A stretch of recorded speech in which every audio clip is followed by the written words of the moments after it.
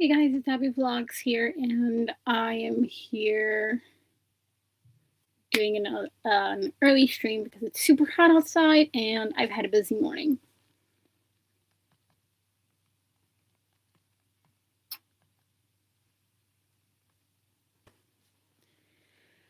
So today we're only reading one chapter of Harry Potter and the Chamber of Secrets.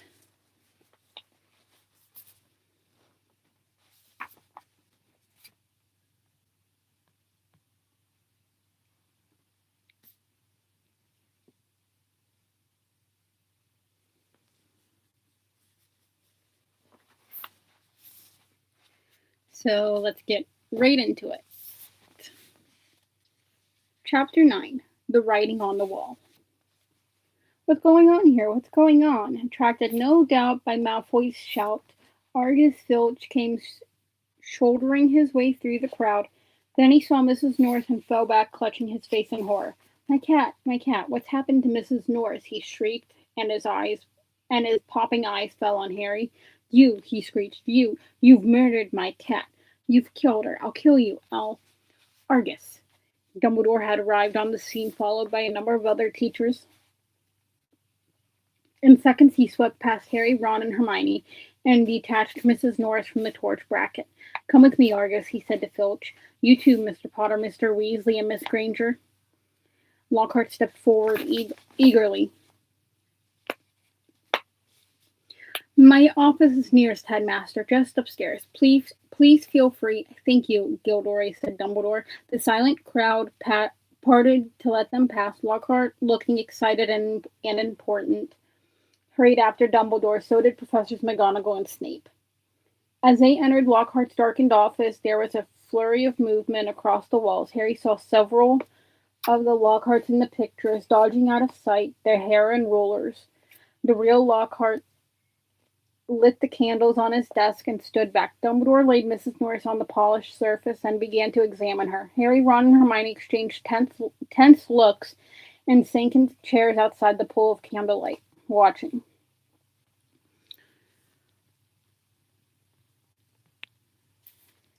The tip of Dumbledore's long, crooked nose was barely an inch from Mrs.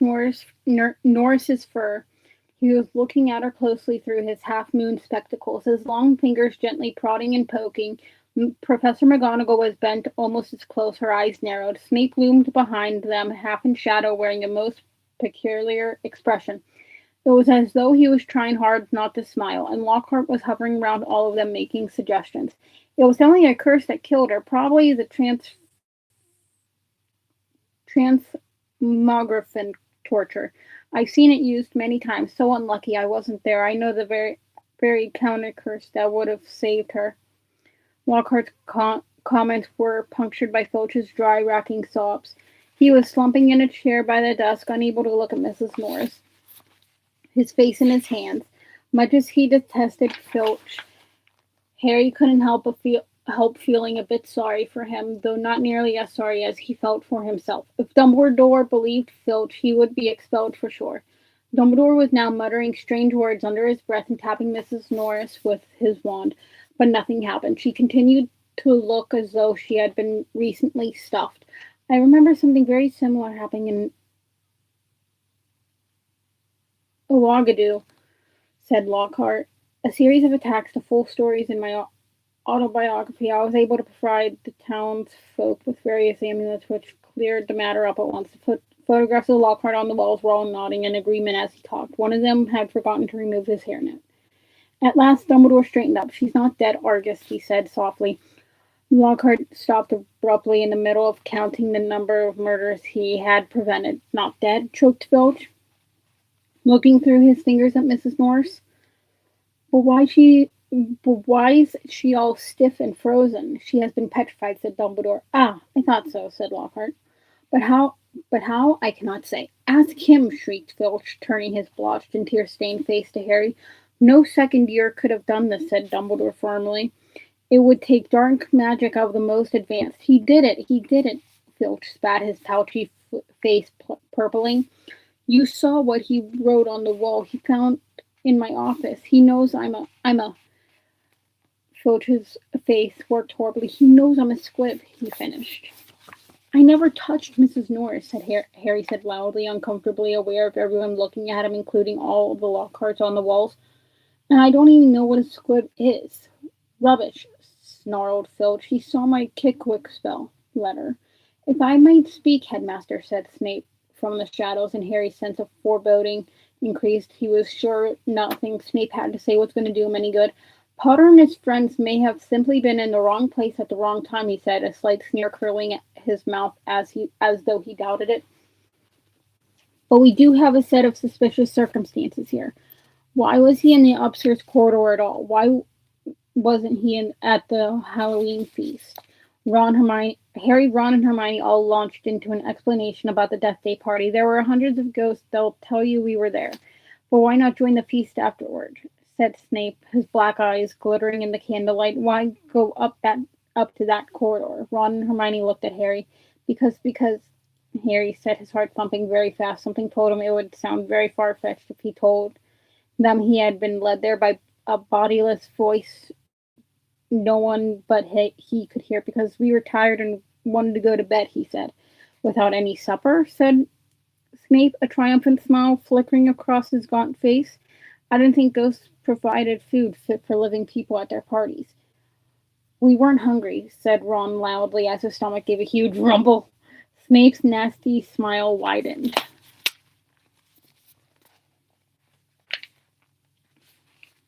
I suggest, Headmaster, that Potter is not being entirely truthful, he said. It might be a good idea if we were deprived of certain privileges until he is ready to tell us the whole story.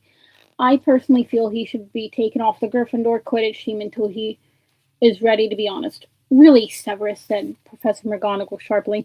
I see no reason to stop the boy playing Quidditch. This cat wasn't hit over the head with a broomstick. There is no evidence at all that Potter has done anything wrong. Dumbledore was giving Harry a searching look. His twinkling, light blue gaze made Harry feel as though he were being x-rayed. Innocent until proven guilty, Severus, he said firmly. Snape looked furious. So did Filch. My cat has been petrified, he shrieked, his eyes popping. I want to see some punishment. We will be able to cure her, Argus, said Dumbledore patiently. Professor Sprout recently managed to procure some mandrakes. As soon as they have reached their full size, I will have a potion made that will revive Mrs. Norris. I'll make it, Lockhart butted in. I must have done it 100 times. I could whip up a mandrake restorative draught in my sleep. Excuse me, said Snape icily, but I believe I am the potions master at this school. There was a very awkward pause. You may go, Dumbledore said to Harry, Ron, and Hermione. They went as quickly as they could without actually running. When they were a floor up from Lockhart's office, they turned into an empty classroom and closed the door quietly behind them. Harry squinted at his friends' darkened faces. Do you think I should have told him about that voice I heard? No, said Ron without hesitation. Hearing voices no one else can hear isn't a good sign, even in the wizarding world. Something in Ron's voice made Harry ask, You do believe me, don't you? Of course I do, said Ron quickly, but you must admit it's weird. I know it's weird, said Harry. The whole thing's weird. What was that writing on the wall about? The chamber has been opened? What's that supposed to mean? You know, it rings a sort of bell, said Ron slowly. I think someone told me about a secret chamber at Hogwarts once. Might have been Bill. And what on earth a squib? Said Harry. To his surprise, Ron stifled a snigger. Well, it's not funny, really, but as it's Filch, he said, a squib is someone who was born into a wizarding family but hasn't got any magic powers. Kind of the opposite of muggle-born wizards, but squibs are quite unusual. If Filch is trying to learn magic from a kick-quick spell course, I reckon he must be a squib. It would explain a lot, like why he hates students so much. Ron gave a satisfied smile. He's bitter. A clock chimed somewhere. Midnight, said Harry. We'd better go to bed before Snape comes along and tries to frame us for something else.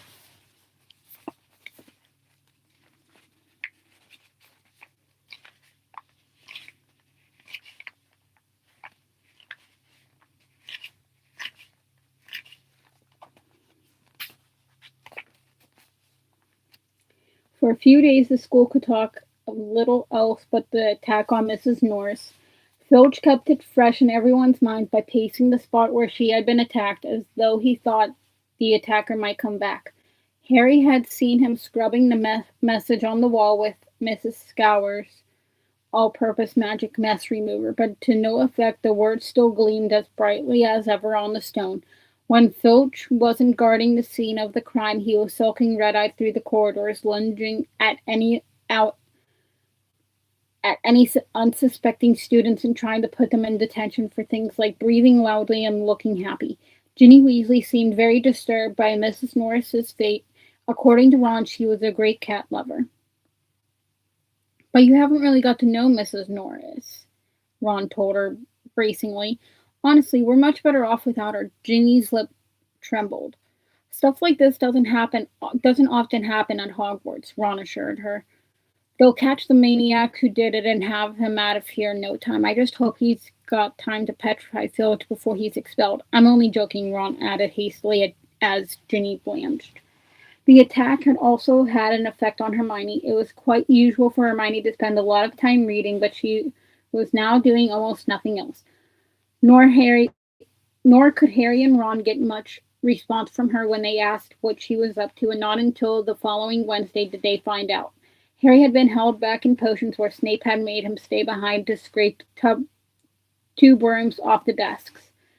After a hurried lunch, he went upstairs to meet Ron in the library, and he saw Justin Finch Fletchley, the Hufflepuff boy from herbology, coming toward him. Harry had just opened his mouth to say hello when Justin caught sight of him, turned abruptly, and sped off in the opposite direction.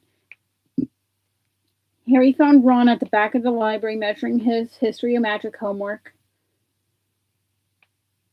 Professor Binns had asked for a 3-foot-long composition on the medieval assembly of European wizards. I don't believe it. I'm still 8 inches short, said Ron furiously, letting go of his parchment, which sprang back into a roll. And Hermione's done 4 feet 7 inches, and her writing's tiny. Where is she? Said Harry, grabbing the tape measure and unrolling his own homework. Somewhere over there, said Ron, pointing along the shelves, looking for another book. I think she's trying to read the whole library before Christmas. Harry told Ron about Justin Finch Fletchley running away from him. Don't know why you care. I thought he was a bit of an idiot, said Ron, scribbling away, making his writing as large as possible. All that junk about Lockhart being so great. Hermione emerged from between the bookshelves. She looked irritable and at last seemed ready to talk to them. All the copies of Hogwarts History have been taken out, she said, sitting down next to Harry and Ron, and there is a 2-week waiting list. I wish I hadn't left my copy at home, but I couldn't fit it in my trunk with all the Lockhart books. Why do you want it? Said Harry.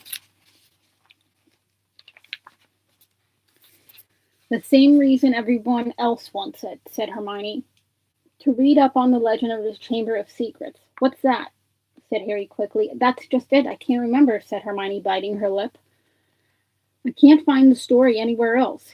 Hermione, let me read your composition, said Ron desperately, checking his watch. No, I won't, said Hermione, suddenly severe. You've had 10 days to finish it. I only need another 2 inches. Come on. The bell rang, and Ron and Hermione led the way to History of Magic bickering. History of Magic was the dullest subject on their schedule. Professor Binns, who taught it, was their only ghost teacher, and the most exciting thing that ever happened in his classes was his entering the room through the blackboard, ancient and shriveled. Many people said he hadn't noticed he was dead. He had simply got up to teach one day and left his body behind him in an armchair in front of the staff room fire. His routine had not varied in the slightest since. Today was as boring as ever. Professor Binns opened his notes and began to read in a flat drone like an old vacuum cleaner until nearly everyone in the class was in a deep stupor, occasionally coming to long enough to copy down a name or date, then falling asleep again. He had been speaking for half an hour when something happened that had never happened before. Hermione put up her hand. Professor Binns, glancing up in the middle of a deadly dull lecture on the International Warlock Convention of 1289, looked amazed. Miss Granger, Professor, I was wondering if you could tell us anything about the Chamber of Secrets, said Hermione in a clear voice. Dean Thomas, who had been sitting with his mouth hanging open, gazing out of the window, jerked out of his trance, Lavender Brown's head came up off her arms, and Neville Longbottom's elbow slipped off his desk. Professor Binns blinked. "My subject is history of magic," he said in his dry, wheezy voice. "I deal with facts, Miss Granger, not myths and legends." He cleared his throat with a small noise like chalk snapping, and continued. "In September of that year, a subcommittee of Sardinian sorcerers," he stuttered to a halt. Hermione's hand was waving in the air again. "Miss Grant, please, sir, don't legends always have a basis in fact?"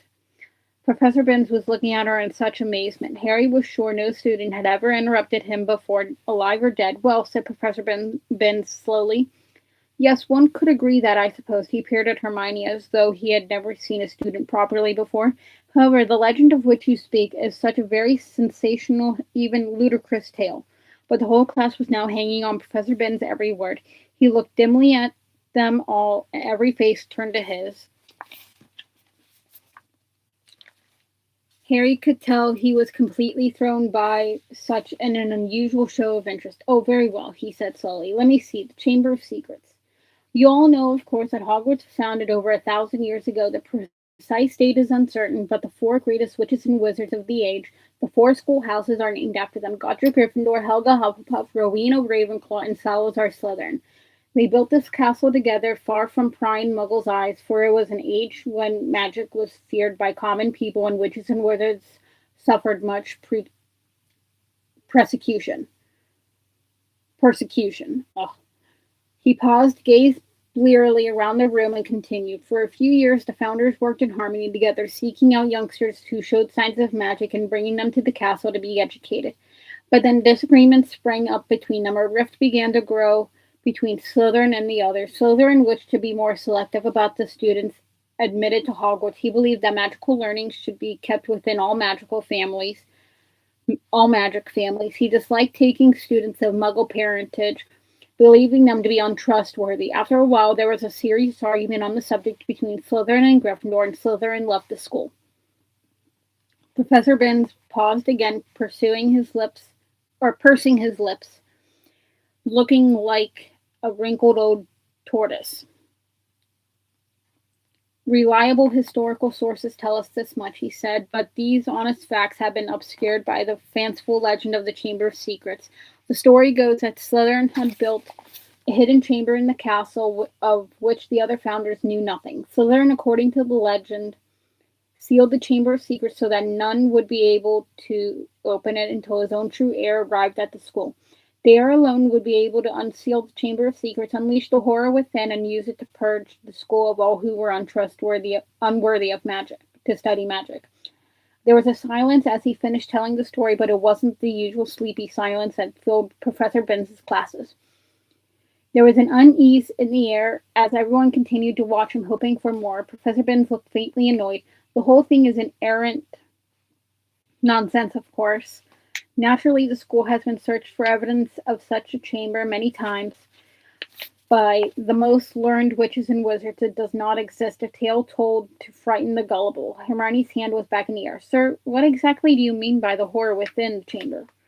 "That is believed to be some sort of monster of which the heir of Slytherin alone can control." "But," said Professor Binns in his dry, reedy voice. The class exchanged nervous looks. "I tell you, the thing does not exist," said Professor Binns, shuffling his notes. "There is no Chamber of Secrets and no monster." "But, sir," said Seamus Finnegan, "if the chamber can only be opened by Slytherin's true heir, no one else would be able to find it, would they?" "Nonsense, oh flattery," said Professor Binns in an aggravated tone. "If a long succession of Hogwarts headmasters and headmistresses haven't found the thing—" "But, Professor," piped up Parvati Patil, "you'd probably have to use dark magic to open it. Just because a wizard doesn't use dark magic doesn't mean he can't, Miss Pennyfeather," snapped Professor Binns. "I repeat, if the likes of Dumbledore— but maybe you've got to be related to Slytherin, so Dumbledore couldn't," began Dean Thomas, but Professor Binns had had enough. "That will do," he said sharply. "It is a myth. It does not exist. There is not a shred of evidence that Slytherin ever built so much as a secret broom cupboard. I regret telling you such a foolish story. We will return, if you please, to history, to solid, believable, verifiable fact." And within 5 minutes the class had sunk back into its usual Cooper. I always knew Salazar Slytherin was a twisted old loony, Ron told Harry and Hermione as they fought their way through the teeming corridors at the end of the lesson to drop off their bags before dinner. But I never knew he started all this pure blood stuff. I wouldn't be in his house if you paid me. Honestly, if the Sorting Hat had tried to put me in Slytherin, I'd have got the train straight back home. Hermione nodded fervently, but Harry didn't say anything. His stomach had just dropped unpleasantly. Harry had never told Ron and Hermione that the Sorting Hat had seriously considered putting him in Slytherin. He could remember, as though it was yesterday, the small voice that had spoken in his ear when he placed a hat on his head a year before. You could be great, you know. It's all here, in your head, and Slytherin would help you on the way to greatness, no doubt about that. But Harry, who had already heard of Slytherin's house reputation for turning out dark wizards, had thought desperately not Slytherin, and the hat had said, "Oh well, if you're sure, better be Gryffindor." As they were shunted along in the throng, Colin Creevey went past. "Hiya, Harry." "Hello, Colin," said Harry automatically. Harry, a boy in my class has been saying you're..." But Colin was so small he couldn't fight against the tide of people bearing him toward the great hall. They heard him squeak, "See you, Harry," and he was gone. "What's a boy in his class saying about you?" Hermione wondered. "That I'm Slytherin there, I expect," said Harry, his stomach dropping another inch or so, as he suddenly remembered the way Justin Finch Fletchley had run away from him at lunchtime. "People here'll believe anything," said Ron in disgust.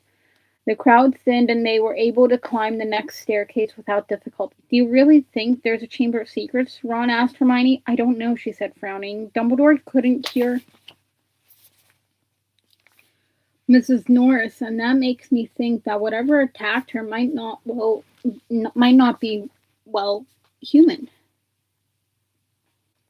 As she spoke, they turned a corner and found themselves at the end of the very corridor where the attack had happened. They stopped and looked. The scene was just as it had been that night, except that there was no stiff cat hanging from the torch bracket, and an empty chair stood against the wall bearing the message, "The Chamber of Secrets has been opened."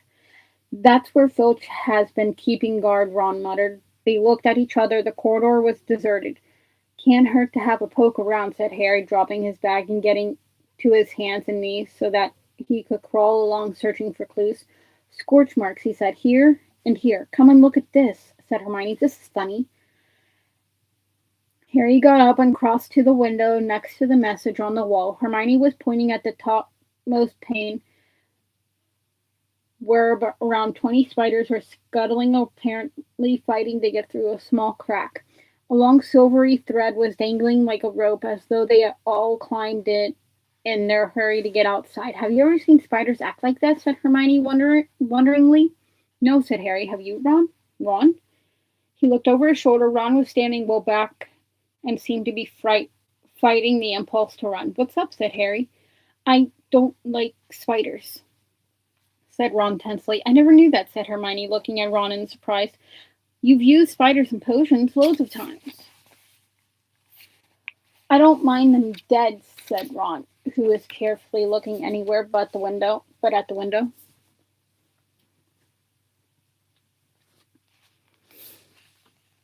"I just don't like the way they move." Hermione giggled. "It's not funny," said Ron fiercely. "If you must know, when I was 3, Fred turned my teddy bear into a great big filthy spider because I broke his toy broomstick.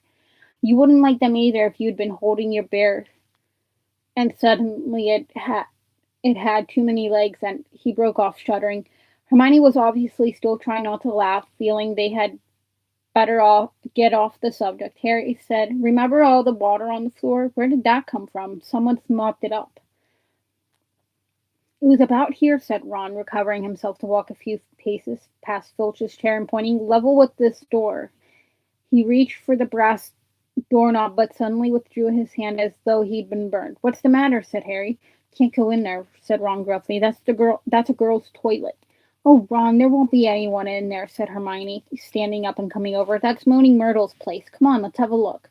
And ignoring the large out-of-order sign, she opened the door. It was the gloomiest, most depressing bathroom Harry had ever set foot in. Under a large cracked and spotted mirror, there were a row of chipped sinks. The floor was damp and reflected the dull light given off by the stubs of a few candles burning low in their holders.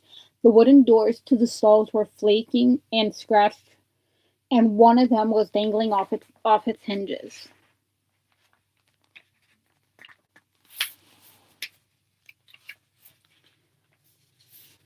Hermione put her fingers to her lips and set off toward the end stall where when she reached it she said, "Hello, Myrtle, how are you?" Harry and Ron went to look. Moaning Myrtle was floating above the tank of the toilet, picking at a spot on her chin. "This is a girl's bathroom," she said, eyeing Ron and Harry suspiciously. "They're not girls." "No," Hermione agreed. "I just wanted to show them how nice it is in here." She waved vaguely at the dirty old mirror in the damp floor. "Ask her if she saw anything," Harry mouthed at Hermione. "What are you whispering?" said Myrtle, staring at him. "Nothing," said Harry quickly. "We wanted to ask." "I wish people would stop talking behind my back," said Myrtle, in a voice choked with tears. "I do have feelings, you know, even if I am dead." "Myrtle, no one wants to upset you," said Hermione. "No one wants to upset me. That's a good one," howled Myrtle. "My life was nothing but misery at this place, and now people come along ruining my death." "We wanted to ask if you've seen anything funny lately," said Hermione quickly, "because a cat was attacked right outside your front door on Halloween." "Did you see anyone near here that night?" said Harry. "I wasn't paying attention," said Myrtle dramatically. "Peeves upset me so much I came in here and tried to kill myself. Then, of course, I remembered that I'm already dead," said Ron helpfully. Myrtle gave a tragic sob, rose up in the air, turned over, and dived headfirst into the toilet, splashing water all over them and vanishing from sight. Although from the direction of her muffled sobs she had come to rest somewhere in the U-bend. Harry and Ron stood with their mouths open, but Hermione shrugged wearily and said, "Honestly, that was almost cheerful for Myrtle. Come on, let's go." Harry had barely closed the door on Myrtle's gurgling sobs when a loud voice made all three of them jump. "Ron!" Percy Weasley had stopped dead at the head of the stairs, Prefect Badger gleam, an expression of complete shock on his face. "That's a girl's bathroom," he gasped. "What were you—" "Just having a look round," Ron shrugged. "Clues, you know."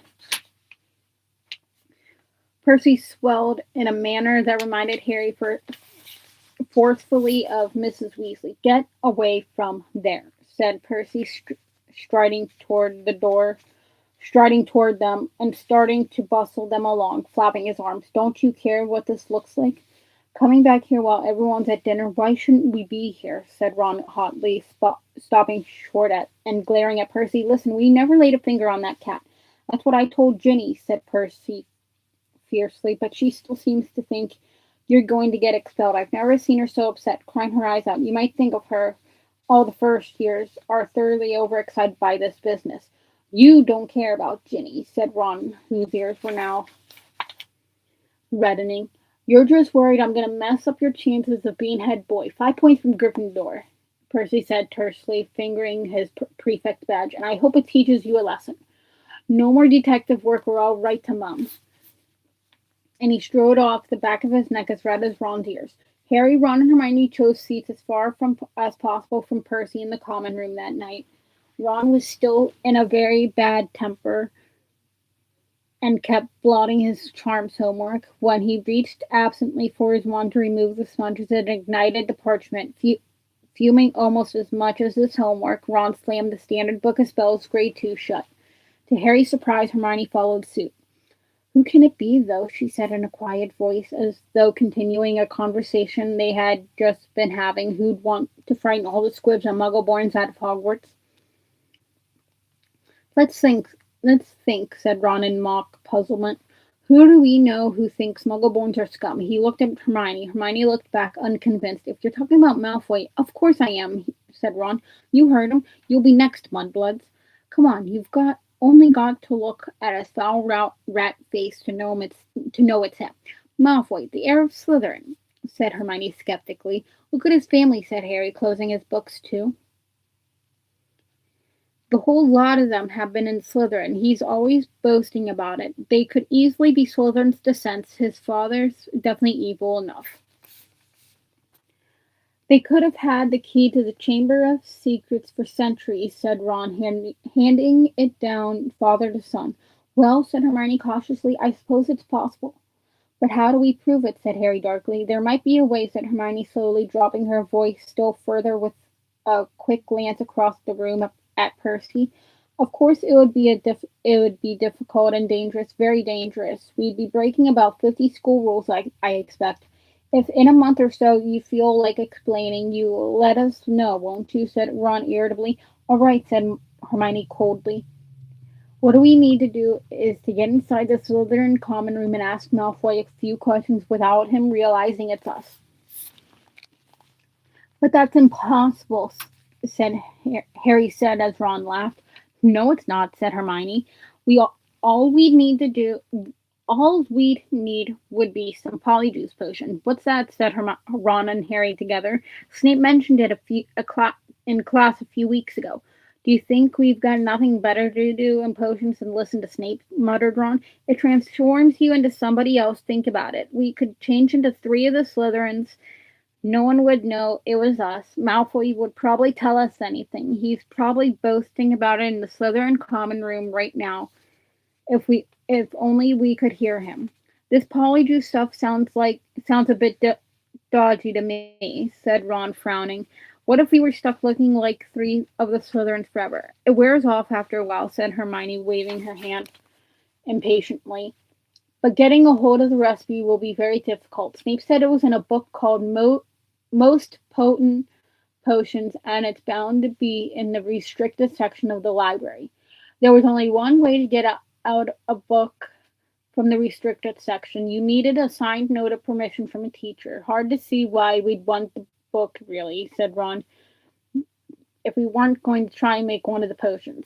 I think, said Hermione, that if we made it sound as though we were just interested in the theory, we might stand a chance. Oh, come on, no teacher's going to fall for that, said Ron. They'd have to be really thick. So that is it for tonight. The next stream I will be doing will be on Friday. And I will hopefully, if it's not too bad on Friday, like not too hot, I will be reading chapters 10 and 11.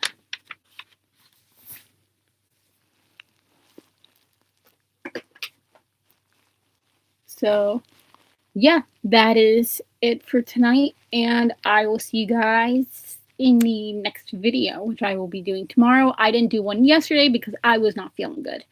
I had a stomach bug, but luckily I am feeling much better. Thank God.